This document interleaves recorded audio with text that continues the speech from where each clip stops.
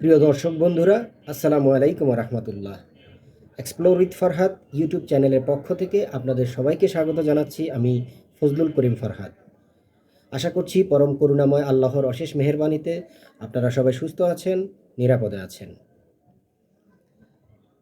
Italy work visa প্রত্যাশী যে সকল ভাইয়েরা বিএফএস গ্লোবালে ফাইল সাবমিট করে গত ১-১.৫ বছর যাবৎ নানা রকম ভোগান্তিতে আছেন, সে সকল ভুক্তভোগী ভাইদের উদ্দেশ্যে আজকে আমি আরেকটি নতুন ভিডিও সাজিয়েছি।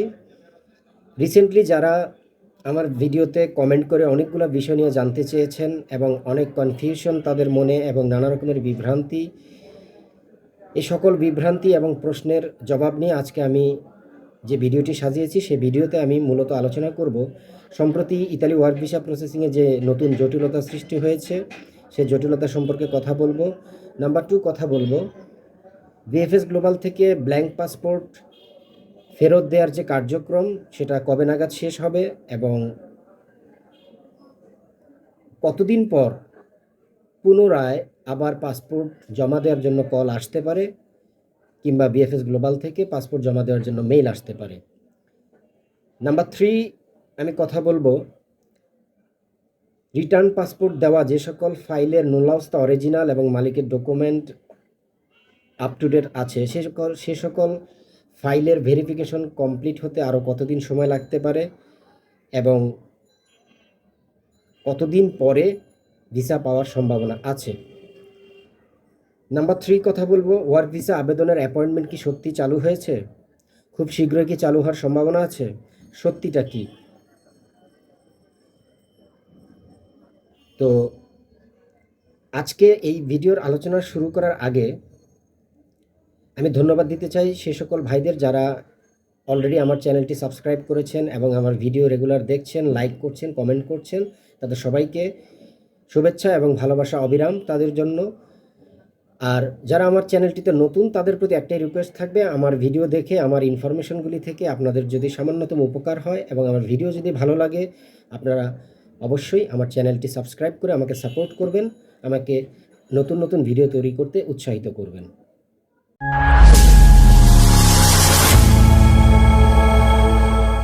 চলুন এবার ভিডিওর মূল আলোচ্য বিষয় শুরু করা যাক। সর্বপ্রথম যে বিষয়টি নিয়ে আলোচনা করব সেটা হচ্ছে ইতালি ওয়ার্ক ভিসা প্রসেসিংয়ে নতুন এক জটিলতা তৈরি হয়েছে। জটিলতাটা হচ্ছে আমরা যারা বিএফএস গ্লোবালে ফাইল সাবমিট করে 12 মাস, 14 মাস, 1 বছর, 7 মাস, 8 মাস অপেক্ষার পর ভিসা ছাড়া ব্ল্যাঙ্ক পাসপোর্ট ফেরত পেয়েছি, তারা এতদিন ধরে যা জেনে আসছি বিভিন্ন সোর্স থেকে, বিভিন্ন মাধ্যম থেকে বা বিভিন্ন নিউজ মিডিয়া থেকে আমরা যতদূর জানতে পেরেছিলাম যে রিটার্ন পাসপোর্ট নিয়ে আসার পরে ফাইলটি এম্বাসিতে পুনরায় যাবে, প্রসেসিং হবে এবং সেটা ইতালিতে ভেরিফিকেশনের জন্য যাবে এবং মালিককে দ্রুততম সময়ে প্রেফেক্তুরাতে যোগাযোগ করার জন্য বলা হয়েছে, যাতে মালিক যদি প্রেফেক্তুরাতে যোগাযোগ করে এবং তার প্রয়োজনীয় আপ টু ডেট ডকুমেন্টগুলি সাবমিট করে তাহলে দ্রুততম সময়ে ফাইলটা ভেরিফিকেশন হয়ে যাবে এবং ইতালি এম্বাসিতে ক্লিয়ারেন্স চলে আসবে এবং আমরা দ্রুততম সময়ে আমাদের রেজাল্টটা জানতে পারবো যে আমাদের ফাইলটা যদি জেনুইন হয় তাহলে পাসপোর্ট জমা দিতে হবে, আর যদি ফাইলের ডকুমেন্ট ফেক হয় সেক্ষেত্রে সেটা রিজেক্ট হবে।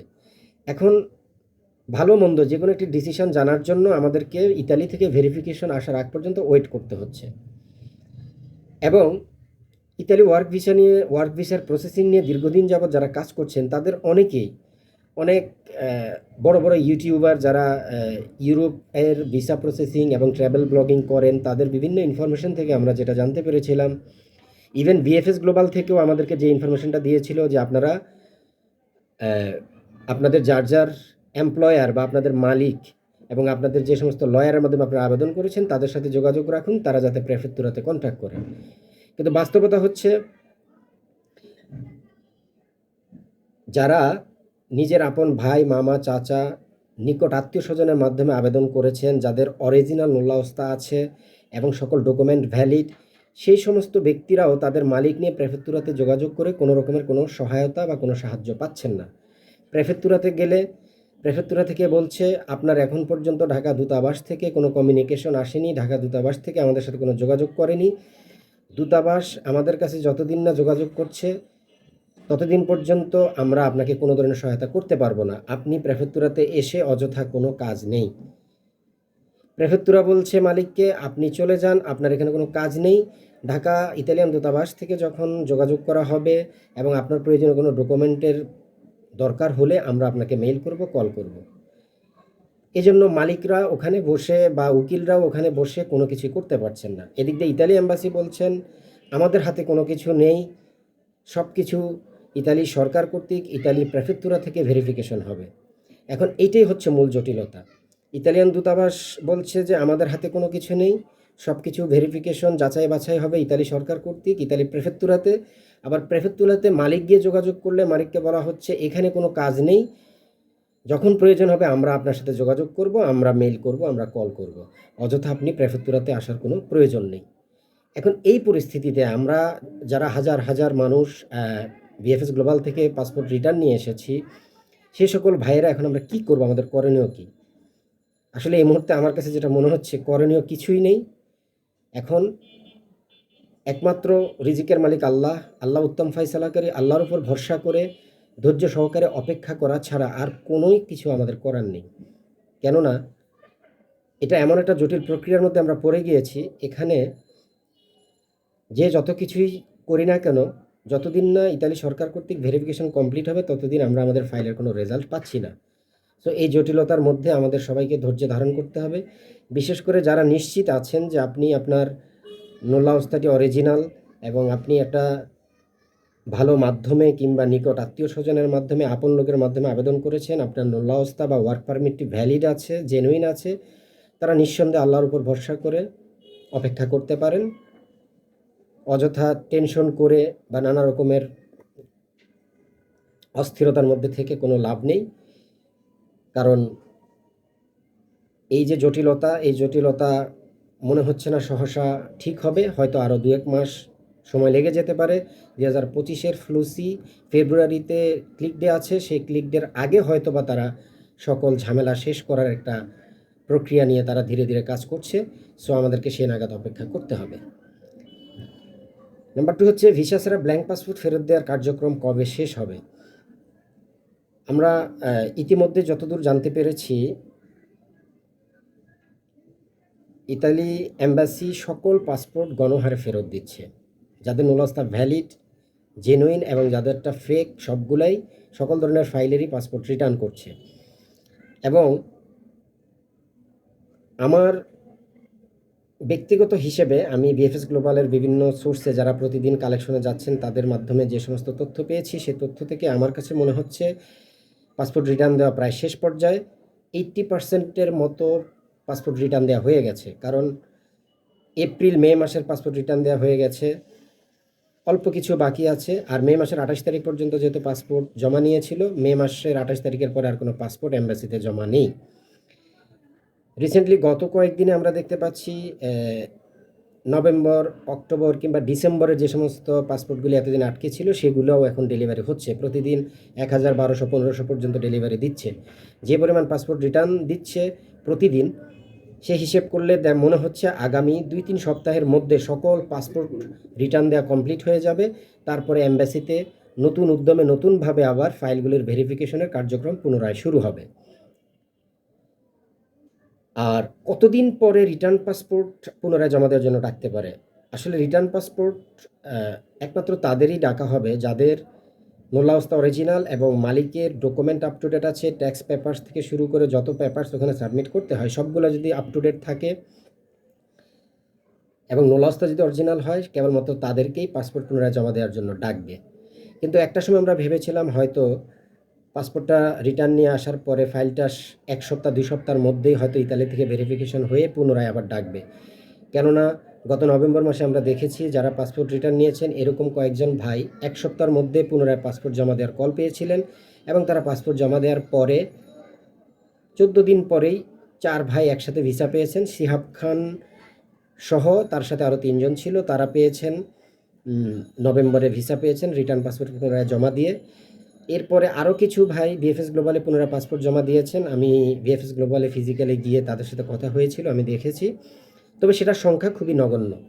খুব বেশি মানুষ যে রিটার্ন পাসপোর্ট পুনরায় জমা দিয়েছেন এরকম তথ্য কিন্তু আমরা এখনও পাইনি।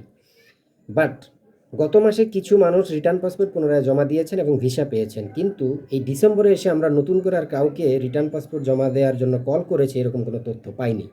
এখন শুধু তারা গণহারে পাসপোর্ট ফেরত দিয়ে যাচ্ছে এবং এই পাসপোর্ট ফেরত দেওয়ার কার্যক্রম শেষ হওয়ার আগ পর্যন্ত মনে হচ্ছে না তারা নতুন করে আবার কোনো কার্যক্রম শুরু করবে।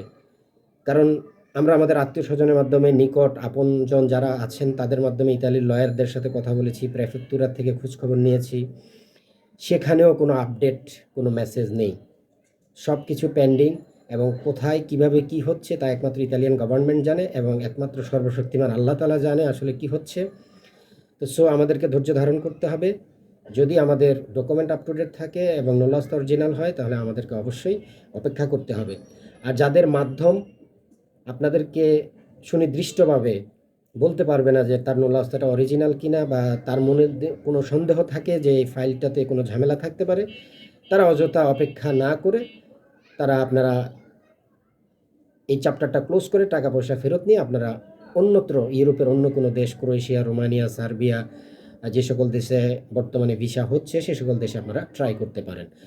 আর যারা নিশ্চিত আছেন যে আমাদের নোলাস্তা অরিজিনাল, আমরা আপন লোকজনের মাধ্যমে আবেদন করেছি, আমাদের কোম্পানি ভালো, আমাদের কোম্পানির পেপারস আপ টু ডেট আছে। আবার অনেকে আছেন ইমেইলের মাধ্যমে অ্যাপয়েন্টমেন্ট নিয়ে আপনারা ফাইল সাবমিট করেছেন, তাদের তো নোলাস্তা অরিজিনাল একটা প্রাথমিক যাচাই হয়ে গিয়েছে। এখন দ্বিতীয় ধাপে যাচাই হবে মালিকের ডকুমেন্ট ঠিক আছে কি না। সো তাদেরও ভিসা পাওয়ার পসিবিলিটি অনেক বেশি, অলমোস্ট 95 থেকে 99%। সো তারাও নিশ্চিন্তে অপেক্ষা করতে পারেন আল্লাহর উপর ভরসা করে। নাম্বার 3 হচ্ছে ওয়ার্ক ভিসা আবেদনের অ্যাপয়েন্টমেন্ট কি শীঘ্রই চালু হয়েছে? আসলে ওয়ার্ক ভিসা অ্যাপয়েন্টমেন্ট নিয়ে আমি এর আগে আমার প্রায় 2টা ভিডিওতে কথা বলেছি। 11ই অক্টোবর ইতালি এম্বাসি কর্তৃক যে প্রেস রিলিজটা দেওয়া হয়েছে সেখানে স্পষ্টভাবে কিছু কথা লেখা ছিল, আপনারা অনেকে হয়তো পড়েছেন, অনেকে পড়েননি। সেখানে যদি লেখাটা আপনারা পড়ে দেখেন, আমি এখানে ইনবক্সে আবারও দিচ্ছি, আপনারা স্পষ্টভাবে লেখা আছে বাংলা ভাষা, আপনারা পড়ে দেখুন। এখানে বলা আছে ইতিমধ্যে যারা অ্যাপয়েন্টমেন্টের শিডিউল পেয়েছিলেন কিন্তু ফাইল জমা দিতে পারেননি এবং যারা অ্যাপয়েন্টমেন্টের জন্য ইমেল করেছেন তাদের কারো আর নতুন করে অ্যাপয়েন্টমেন্টের প্রয়োজন হবে না।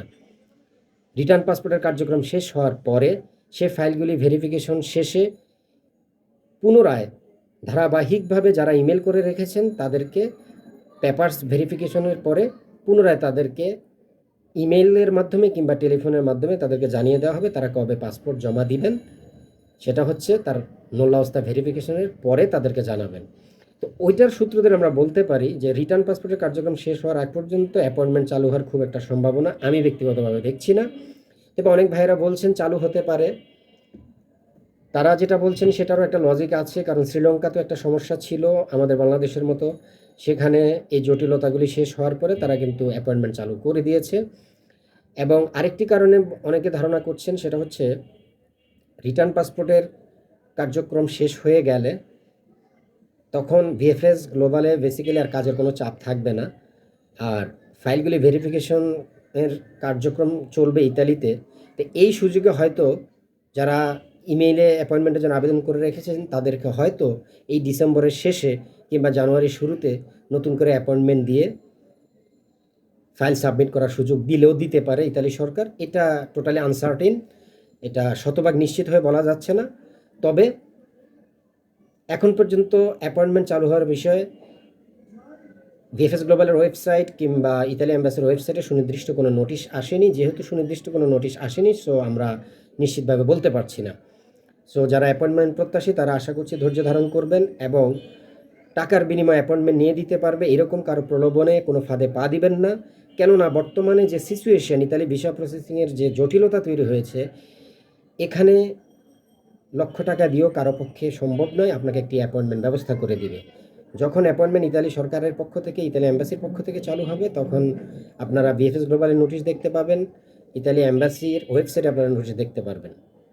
আর ইতালি ওয়ার্ক ভিসার সংক্রান্ত যে কোনো আপডেট মেসেজের জন্য আপনারা অথেন্টিক সোর্স হিসেবে নিজেরা ডিরেক্টলি নিজের মোবাইল দিয়ে এম্বাসিটিকা ডি ইতালিয়া ঢাকা এই ওয়েবসাইট কিংবা ফেসবুক পেজে আপনারা সবসময় লগ ইন করবেন এবং বিএফএস গ্লোবালের ফেসবুক পেজ এবং ওয়েবসাইটে লগ ইন করে আপনারা আপডেট নিউজটা জানার চেষ্টা করবেন।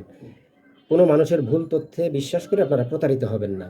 আর ইতালিতে কী কার্যক্রম চলছে সেটা জানার জন্য আপনারা আপনাদের মোবাইলের ইন্টারনেট ইউজ করে আপনারা খুব সহজে মিনিস্ট্রি দেল ইন্টারনো এবং মিনিস্ট্রি দেল লাভেরো, এই দুইটা ওয়েবসাইট, ইতালির একটা পররাষ্ট্র মন্ত্রণালয় এবং একটা শ্রম মন্ত্রণালয়, এই দুইটা ওয়েবসাইটে কিন্তু প্রতিনিয়ত আপডেট নিউজগুলি আসে। সেখান থেকে আপডেট নিউজগুলি আমি নিজেও জানার চেষ্টা করি। আপনাদের প্রয়োজন হলে আপনারা সেখান থেকে নিউজ নিতে পারেন।